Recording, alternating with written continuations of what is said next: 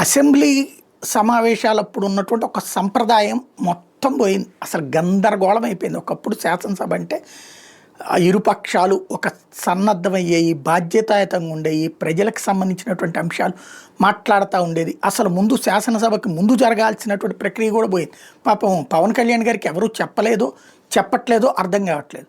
శాసనసభ సమావేశాలు ప్రకటించాక ఆ శాసనసభ సమావేశాలకి ముందు రోజు కావచ్చు, లేదా 2 రోజుల ముందైనా కావచ్చు, అధికార పక్షం ఏమేం కార్యక్రమాలు వీళ్ళు అధికార పక్షమే ఏమేం బిల్లులు తేబోతున్నారు, ఆ బిల్లుల మీద హోంవర్క్ చేయాలి. అట్లాగే ఎలాగ మన స్టాండ్ ఏంటి అన్నటువంటి సభలో చెప్పాలి. తెలుగుదేశం స్టాండే జనసేనకు ఉండాల్సిన అవసరం లేదు, జనసేన స్టాండే బీజేపీకి ఉండాల్సిన అవసరం లేదు.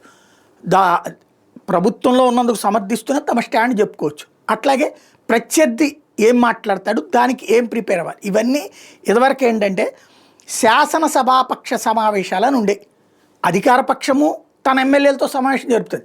ప్రతిపక్షంలో ఎన్ని పార్టీలు ఉంటే అన్ని పార్టీలు వాళ్ళ విడివిడి సమావేశాలు జరుగుతాయి. ఒకవేళ వాళ్ళు కనుక ఉమ్మడిగా ఉండదలుచుకుంటే ఉమ్మడిగా సమావేశాలు కూడా జరుపుతారు.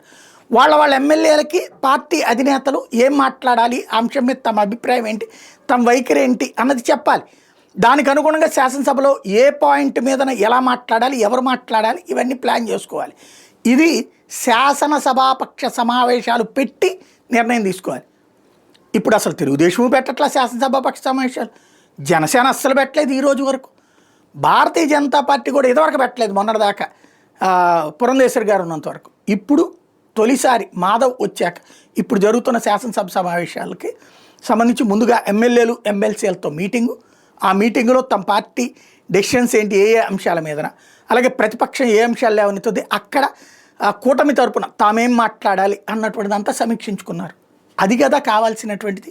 అంటే కొత్త కుర్రోడు అధ్యక్షుడైంది, తనకున్నటువంటి పాతకాలపు సంప్రదాయాలన్నిటి తెలిసి అమలు చేస్తున్నాడు. ఇక్కడ సుదీర్ఘకాలపు అనుభవం ఉన్నటువంటి చంద్రబాబు గారు కానీ, అట్లాగే నేను అన్నిటి అవగాహన చేసుకుంటూ ముందుకెళ్తానన్నటువంటి పవన్ కళ్యాణ్ గారు కానీ, సరే ఇటు జగన్మోహన్ రెడ్డి అయితే ముఖ్యమంత్రిగా చేసి కూడా ఆయన సభకే వెళ్ళట్లేదు, అది వేరే బ్యాచ్. ఇది ఓవరాల్గా జరుగుతుంది.